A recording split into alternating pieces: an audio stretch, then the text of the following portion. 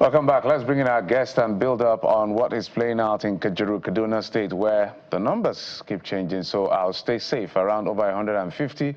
We'll have 160. We have 177, 168. But the most important thing is that over 150 persons are now in the hands of kidnappers. We don't know what development yet, whether they're asking for ransom. But let's bring in our guest, Stephen Kelfas. Is the founder, Community Development and Rights Advocacy Foundation. He joins us virtually. Mr. Kelfas, thank you for coming through. We appreciate you. Thank you for having me. Good morning. You know, we've talked a lot, and we've been very critical and hard on the communication as far as this security situation is concerned. The reason, perhaps, is because we expect better without disparaging or even dismissing some of the efforts of both government and the police. But for those of you who are very familiar with what is playing out, help us with how you are characterizing this development so far. Yeah, thank you very much. It is unfortunate that we are still where we used to be, even though to a large extent one could confidently say that there have been some bits of improvement in Kaduna State, for instance. Mass casualty attacks that we used to have 2-3 years ago have gone down, but in Kajuru and Chikun local governments, to be precise, and also Kauru, there's this cases of kidnapping that seems to be on the rise. In July, I toured some communities in Kajuru local government, and it will shock you to know that these areas are places where there's no government presence, there's no road network, no telecommunication network, no electricity, not even a school. And the people living there are at the mercy of these terrorists. So the terrorists just come in for fun, take women and children and take them to the bush. And sometimes they will release one person and say, you go get ransom for us. So these people have been impoverished. They're actually poor before now. And then they've further been impoverished by these terrorists. So it is a very sad situation. So what happened on Sunday is just because the number was kind of high, that is why it made the headline, but it is a daily occurrence in those areas. I remember that the conversation we had yesterday also pointed to that fact, that I think prior to this point, I think some weeks ago, about 11 people were abducted by these terrorists, and a ransom of about, was it 7 million naira was paid. So it's almost like something they are used to. But I think what even worries a lot more people is the handling of it. The fact that it was denied. So people are beginning to think, if this was denied, how many more may have been denied? How many more may have been overlooked? Because, as you said, it didn't make the news. So it begs the question, what kind of relationship do the people have with security agencies, with the government, such that this will happen and they'll say, it didn't happen. There are people peddling false narratives. If anybody has proof, let them show us. I mean, imagine that kind of statement. Thank you so much. You brought up this issue. I think the conversation going on in Washington and Abuja may have, to a large extent, influenced how we handle these security challenges. Of course, the Christian genocide narrative, the persecution narrative, and then you have on a Sunday during church service where 177 worshippers were whisked away from their churches, 3 different churches.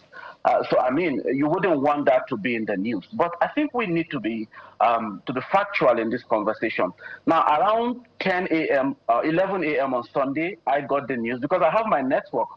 Because of what I do, I have my network across the state and even different parts of North Central. So my network reached out to me, one of my sources, and said, hey, there's a problem. I said, what happened? He said, a friend just called him from Kurmin Wali, and that's on Sunday, mind you, and said people were abducted from their church during service. And he said the number is over 100. I was like, wow, are you sure? Let's verify. So I put on 1 or 2 calls, and I confirmed the incident. I said, okay. We can't put this out because it's too early. So, but I started seeing the rumor on social media, and then you have the local government chairman on Monday coming to say it never happened. But this is what happened. I'm saying it here with all sense of responsibility. The local government chairman had actually went to the community after the incident, and somehow they told the people that, hey, look, You must not tell the world that this thing happened. We have it under control. We're going to make sure these people are back, but it never happened. You know, I started wondering. So if you notice in the last 72 hours, I was very vocal on social media saying this incident happened, and if the police commissioner thinks I am lying, then he should order for my arrest, because I was so sure. I think I was first to post the list of the 177 people on Facebook. It went viral, of course, but the government, the police, and the local government chairman kept denying. They kept grandstanding that it never happened. I went further and posted the pictures of the 3 churches affected. They kept saying it never happened, but you know, eventually the conversation went out of control. They had to admit that this happened. So I agree with you. Even the media is getting tired of reporting what is happening in those areas. Like I said, in July, I was in Company Village, I was in Chibia Village, all in Maro Ward in Kajuru local government area. The former local government chairman, Kafra Kaino, is from Maro. The people there are living in fear. Like, these terrorists come into the village and pack 10, 20 people and take them to their camp. No form of resistance from anybody. You know, so it is their reality. And I'm happy that this conversation is on the front burner now. Maybe that will help increase security presence in Kajuru. I can tell you that a lot of ungoverned communities there, they don't have any presence of government, not security, not education, not healthcare, not road, nothing. They are just there. And when you visit some of these villages, you think you are in maybe a 14th century community. Quite sad. Reports are suggesting that 1 or 2 persons may have escaped from that attack. Has that come to your notice? Do you have any information to that effect? Absolutely, absolutely. 11 people escaped, to the best of my knowledge. 11 people escaped. That is why you see some are saying 160 or thereabouts. So if you say 160, you are correct, because 177 were the original people taken from the church. But of course, because of the large number, sometimes 1 or 2 persons who are bold enough could find ways to escape. So yeah, indeed, 11 people as at Tuesday morning had escaped from captivity. Yeah. Now, you said earlier that, you know, these communities have serious deficit in certain infrastructure. You mentioned schools, and I can't remember the others. But, you know, we had a local government chairman speak to the press, even though he denied that the event happened. So what is the nature of local government administration in these areas? How can you describe local government administration in these areas? It is almost non-existent. Maro, for instance, Maro is a ward in Kajuru local government area. So when you drive from Crossing to Maro, the moment you get to Maro, after Maro, there's no road network. In fact, the day I traveled there in July last year, for 2 hours, my wife could not reach me because there's no telecommunication network in Company Village. Company is a village where some worshippers were killed in July. I think mid-July or thereabout, they were shot. I'm sure you guys got the news because you also reported it. Now, when you get there, you are out of this world. There's no road network. We manage on motorbike to get to that village. There's no school. I have pictures of the school. Maybe I'll share with you after this engagement, so you get to see the school they have there. There's no hospital, no healthcare. There's no electricity. So those people do not benefit anything from the government in Company and Chibia. So the only thing they are asking for is, let us be alive. You didn't give us road, you didn't give us electricity. We just want to be alive. But even that right to life is being denied, is being taken away from them. Some of them get killed in captivity when they cannot pay ransom. Some of them get sick in captivity and they ended up dying. These things don't make the news, but that is their reality. Interesting. So, in your suggestion, from what you've seen so far, because Kayode has raised a very important point, that has to do with community relations. And what has played out so far is not going to help any form of community relations as we speak. Because I know it takes the cooperation of the community. Sometimes the community are not cooperating, not because they don't want, but because they're afraid. Because they cooperate with you and they leave the people who come for reprisal. So in your view, and from what you know, what is the way forward for these very ungoverned spaces, these people within these areas that, you know, their life is literally in the hands of God, not anything else, because government is not providing the kind of security they need. What alternative is left for them? And what can government do to win them back? I must say this with all sense of responsibility. The camp of these terrorists are known. In fact, when I went to Chibia, the villagers could point maybe 2-3 kilometers apart. I couldn't see it because there are trees and all that. They said the camp is just right there. So it is not the matter of having faceless terrorists who are not known, whose location are not known. No, that's not the issue. The issue is the political will, and that is what is lacking. And I've raised this question before. In the Northwest and in the Northeast, you have intense security operations going on, bombardment, area bombardment, and all that. But when you come to the North Central and part of Southern Kaduna, you discover you don't get to see this kind of military bombardment. Yesterday, Benjamin Hunde, the police spokesman, said that the police had deployed a helicopter around that area. But it goes beyond just deploying helicopter. What is the helicopter actually doing? You know, so these terrorists, the community that was attacked on Sunday, let me share this. This community, in the last 5 years, they told me that they used to see the terrorists. Whenever the terrorists are coming from an operation, maybe they've kidnapped people from other communities, they pass through this Kurminwali. So Kurminwali has seen this terrorism for a long, long time. In fact, they got so used to it that they never believed that they will also be victims.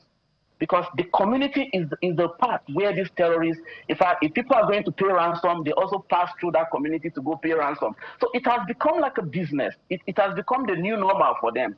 So I think the government must be sincere, because denying that such incidents never happened further puts a form of distrust in the minds of the citizens. And I think the citizens should be able to trust their government. Nobody is saying it's the fault of the government. Of course, the primary responsibility of government is protection of life and property. But when things have gone beyond what government could do, because obviously what we are seeing is that the Nigerian government is not able to tackle this insecurity. And the chairman, I think, he is the closest leader to the people. So I expected him to show empathy, not to try to say, hey, this thing never happened. I mean, denying the suffering of your citizens is the highest form of, I don't know, irresponsibility, I must say. Imagine having to go through this daily. This is their reality. And I want you to maybe speak to this as we wind down. There have been different reasons given for these attacks, killings, and kidnappings. One, well, the reports around targeted attacks at Christians, particularly. I mean, these are churches that were attacked. So there's one. There is the trying to grab people's lands, chase them out of their ancestral homes and take over, rename it and own it. There's a third one, which is pure economic. They are kidnapped for ransom. I mean, the recent one, 11 people kidnapped, 7 million naira said to have been paid. Who knows what kind of negotiation is ongoing right now for these over 160 people that were kidnapped. So there have been different explanations for this. Some have even, they've gone as far as saying that, well, there's government connivance, or at least people in government are actively aware of what is playing out. But from what you know, what is it for you? The three are intertwined, and let me explain. In July, a very close friend of mine spent 4 months in captivity. He was released in early October last year. And when he was released, he told me so many things. One of them was that the very day they are coming to pay your ransom, that same day you have suppliers of arms who have brought arms into the camp, and then the ransom will be used to pay them for the arms. Yeah.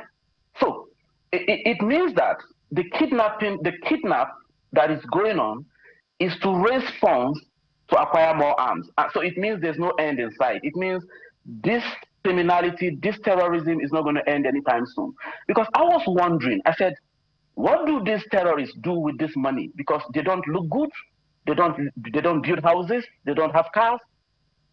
But he answered my question when he was released. I debriefed him for 3 hours.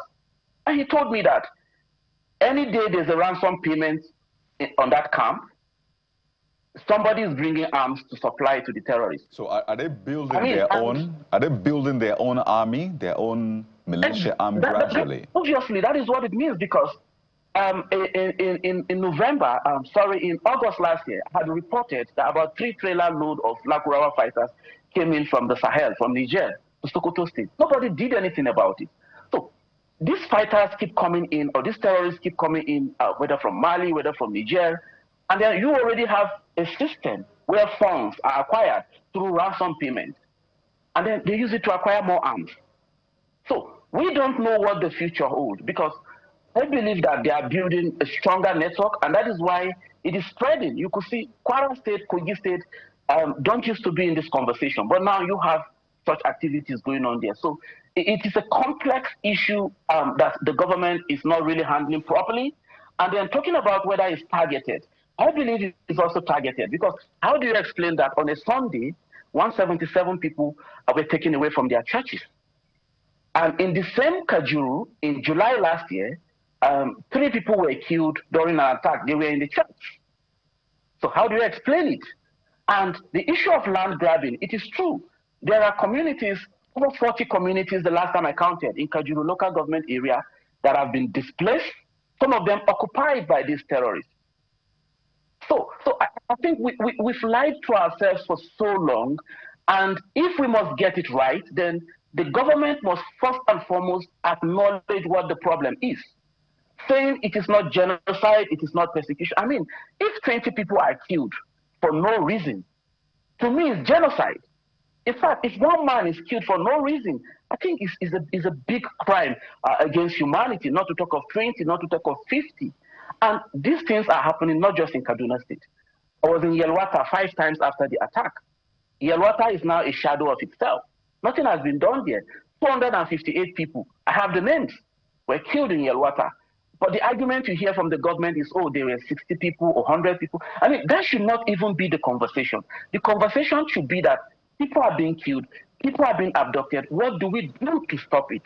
And I think it goes beyond visiting this community. It is good to visit the community to show empathy. At least that gives the community some sense of fulfillment that, hey, our government is with us. But I think the government must go beyond that. This policy of appeasement, saying these terrorists will not help anybody, because I also have a record that the terrorists most times collect these funds from government and acquire more arms. So as far as the terrorists is concerned, theirs is to just buy arms. They are not ready to build houses with the money they are getting. They just keep acquiring arms. The question is, why are they acquiring these arms? That's the question the government should provide answers to. Well, a very, very important question there. Why are they acquiring arms? Why are they coming into Nigeria in droves, if indeed it's true that 100 fighters from Niger, Lakra fighters, have accessed Nigeria? Why is it easy for them to access Nigeria? What's happening to ungoverned spaces? So many questions. But let's stay in Kaduna for a bit. You said earlier that you counted 140 or so communities that have been occupied by 40. 140 that have been displaced. So give us a sense of this stability that we're celebrating in southern Kaduna under this current administration, because we know what it was like. We know the constant attacks that the people experienced. So if we're saying that there's a difference in the security outlook in southern Kaduna, what exactly does it mean? Is it a delicate balance of peace? Thank you so much. I must commend the current governor of Kaduna State. I'm not a politician, but I must commend him. In southern Kaduna, for instance, Zango Kataf, in October last year, I was in Zango Kataf. I was in Gora Bafai, Gora Gan, and some of those villages that initially were not habitable. And I can tell you that people have returned. So kudos to the government. I don't know how they did it, but I think I also saw some deployment of security in Zango Kataf. In 2020 and 2021, and even 2022, Zango Kataf was one of the most affected local government areas in Kaduna State, if not in the entire Northwest, in terms of casualty figures and in terms of consistency of attacks. But Zango Kataf is a bit calm now. We've not had mass killings in Zango Kataf, and also Kara local government is a bit calm. So most local government in southern Kaduna are a bit calm. So there's relative peace, even though it looks like peace of the jungle, because sometimes you still have pockets of incidents where people get attacked on their farms and all that. But Kajuru local government is a special case, and I want to believe that some of the terrorists that are being dislodged from the northwest somehow find their way into Chikun and Kajuru. Of course, those are two neighboring local government areas, and also Kachia local government. So, and they have established terror camps in Kachia, in Kajuru, and in Chikun local government. These camps are known. They are not hidden camps. So, I think while the government may have done so well in quelling the tension in southern Kaduna, Zango Kataf, Jama'a, Kaura, but Kauru is also suffering, because in Kauru local government area, and I think because of the proximity between Kauru and Basa local government in Plateau State, of course, Plateau State has been a hotspot for these terrorist activities. So I believe that terrorists from Plateau State get into Kauru local government area in southern Kaduna, and that is why they've been kidnapping in Kauru local government area, and there have been a few attacks leading to casualties in Kauru local government area. So if, as a civilian, I understand these dynamics, I mean, the government that has the resources, the forces to handle this issue should know better, and they should do better. You understand? So the governor has tried, because I think he has shown leadership to a large extent. Things may not be perfect, but to a large extent, I want to commend the state governor. But he needs to do better. Well, thank you so much. Security is never going to end in insecurity. The conversation around security will never end until our people are safe. But almost thank you, Mr. Stephen Kelfas, founder, Community Development and Rights Advocacy Foundation. Thank you for the work you do. We appreciate it.